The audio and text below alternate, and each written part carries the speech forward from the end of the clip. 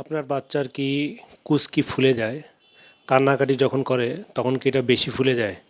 আবার বাচ্চা যখন শুয়ে থাকে বা ঘুমায় থাকে এই ফোলাটা কি কমে যায়?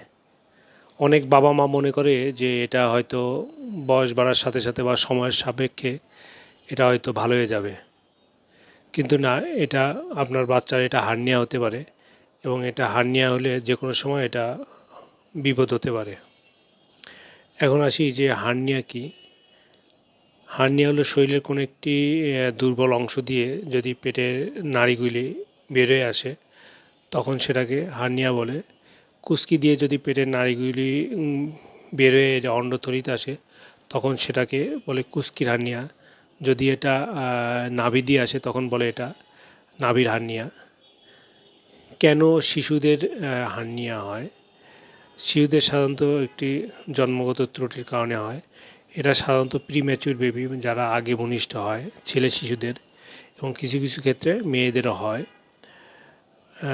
ছেলে শিশুদের বেশি হয় কারণ ছেলেদের অন্ডকোষটা পেটে থাকে, অন্ডকোষটা অন্ডথলিতে নেমে আসে, নেমে আসার পরে যে গ্যাপ, এই গ্যাপটা আস্তে আস্তে বন্ধ হয়ে যায়, কিন্তু কোনো কারণে যদি এই গ্যাপটা বন্ধ না হয় সেই ক্ষেত্রে এই হার্নিয়া তৈরি হয়। এখন আসি যে লক্ষণ কী। লক্ষণ যেটা শুরুতেই বললাম যে কুস্কি বা নাভি এটা ফুলে থাকবে, কান্নাকাটি করলে বা প্রেশার দিলে বা দৌড়াদৌড়ি করলে এটা বাড়বে, যখন বাচ্চা রিল্যাক্স থাকবে মানে যেন ঘুমায় থাকবে বা শুয়ে থাকবে তখন দেখা যাবে যে ফোলাটা কমে গেছে। আবার হাসি কাশি দিলে ফোলাটা বেড়ে যাবে। এখন আসি যে অনেকে মনে করে যে হার্নিয়া কি নিজে নিজে ভালো হয়ে যায়। না, কুস্কির হার্নিয়া কখনোই নিজে নিজে ভালো হবে না এবং এটার চিকিৎসা কিন্তু সার্জারি। যদি নাভির হার্নিয়া হয় সেক্ষেত্রে আমরা 2 বছর পর্যন্ত ওয়েট করি। 2 বছরের মধ্যে যদি সেটা ভালো না হয় তাহলে সেটা অপারেশন করতে হবে। আরও কিছু ফ্যাক্টর আছে যেটা, এটা যদি হোয়াইট থাকে, এটা যদি অনেক বড় বের হয়ে থাকে সেই ক্ষেত্রে এটা কিন্তু অপারেশন করা লাগবে। এখন আসি যে কখন এই হার্নিয়াটা জরুরি। যদি দেখি যে এটা নাভিটা বা কুস্কিটা ফুলে আছে, কোনোভাবে আর কমতেছে না, শুলে বা ঘুমালে কমতেছে না, এটা শক্ত হয়ে যাচ্ছে, এটা ব্যথা হচ্ছে, এটা আস্তে আস্তে লাল হয়ে যাচ্ছে, বাচ্চার হলুদ বা সবুজ বমি করা শুরু করতেছে, সেই ক্ষেত্রে এটা কিন্তু দ্রুত অপারেশন করে ফেলতে হবে। এখন আসলে যে অপারেশন কি জরুরি? হ্যাঁ, এটা হার্নিয়া কুস্কির হার্নিয়া কিন্তু একমাত্র চিকিৎসা হলো অপারেশন। অপারেশন ছাড়া এটা কিন্তু ভালো হয় না।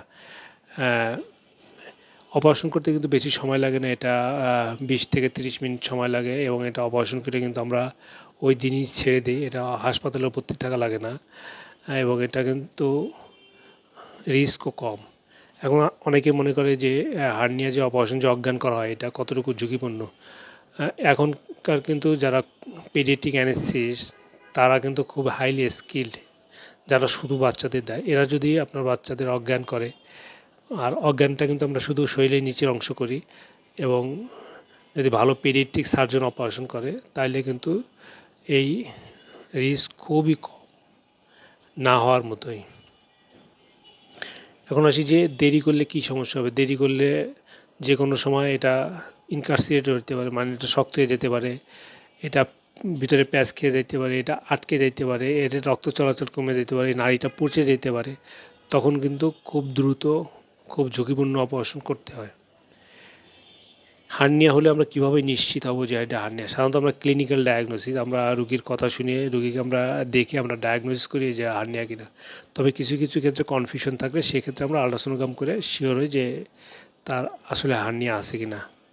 পেশেন্টের জন্য গুরুত্বপূর্ণ যে তথ্য সেটা হলো যে হার্নিয়া হলে এটা ভয়ের তেমন কিছু নাই, কিন্তু একেবারে যে অবহেলা করবেন সেটারও কিন্তু সুযোগ নাই। হার্নিয়া যে কোনো সময় খারাপ হয়ে যেতে পারে। আপনাদের কাছে বার্তা হলো যে এই হার্নিয়া রিলেটেড যদি কারোর কোনো থাকে আপনারা আমাকে কোশ্চেন করতে পারেন, আমার হোয়াটসঅ্যাপ নাম্বার দেওয়া আছে, নক করতে পারেন। আর যেহেতু হার্নিয়া খুবই কমন, এটি সকলের জানার জন্য ভিডিওটি শেয়ার করেন। আর শিশুদের সার্জারির ব্যাপারে সহজ করে আপনাদের কাছে আমি প্রতিনিয়তই পরিবেশন করি। এজন্য আমার চ্যানেলটি সাবস্ক্রাইব করে রাখেন। যাদের শিশু আছে তারা শিশু রিলেটেড আরও অনেক কিছু জানতে পারবেন। ধন্যবাদ সাথে থাকার জন্য।